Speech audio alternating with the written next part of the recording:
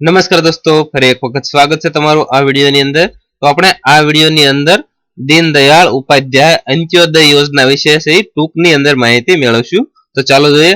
તો દીનદયાળ ઉપાધ્યાય અંત્યોદય યોજનાનો પ્રારંભ 25 સપ્ટેમ્બર 2014 ની અંદર થયો હતો અને આ યોજનાનો ઉદ્દેશ્ય શહેરી અને ગ્રામીણ ક્ષેત્રોમાં ગરીબી છે નાબૂદ કરવી.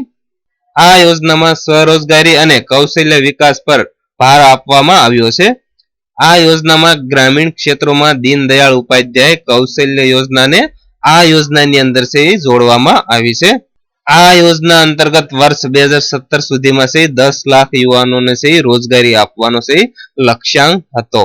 તો દોસ્તો, આપણે આ વિડીયોની અંદર દીનદયાળ ઉપાધ્યાય અંત્યોદય યોજના વિશે ટૂંકની અંદર માહિતી મેળવી. તો જો તમને વિડીયો પસંદ હોય તો એક લાઈક જરૂર કરજો તથા આવા જ નવા વિડીયો જોવા માટે પ્લીઝ અમારી ચેનલને સબસ્ક્રાઇબ કરવાનું ન ભૂલતા.